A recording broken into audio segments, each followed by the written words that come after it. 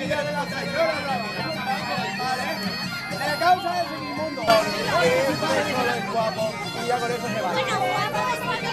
Bueno, vamos a ver. Venid conmigo. Vamos, venga, venid conmigo.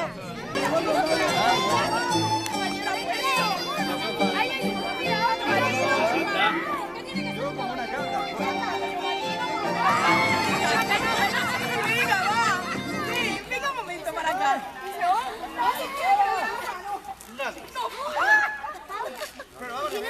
A ver, a mí sí, pero que me la lea ese señor.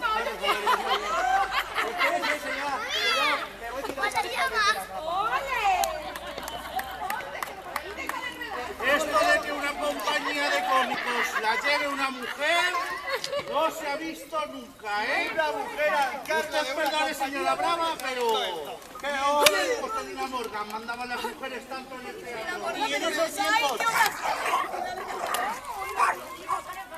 Hasta que nadie quiere casarse conmigo, ¿usted quiere que le lea yo la mano? Venga, señor, mire lo que tiene usted aquí, Mire qué cadera, ¿Cómo se está cadera? ¿No? ¿Qué piensa? ¿Que algún casar tendrá algún sentido?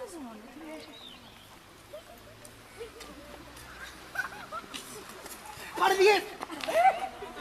7 repalones me pegaron a la entrada.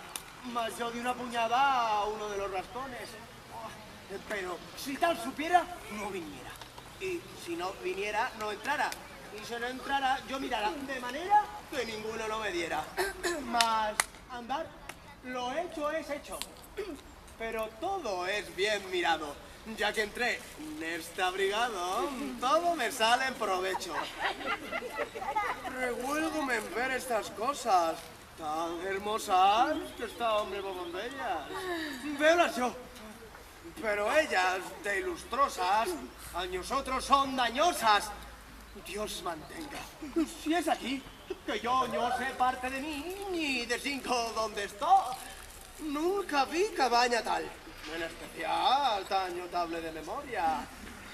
Esta debe ser la gloria principal del paraíso terrenal. ¡No te quiero! ¡Al casamiento te requiero! Ya primero dice lo que es mi deseo. ¿Qué me dice?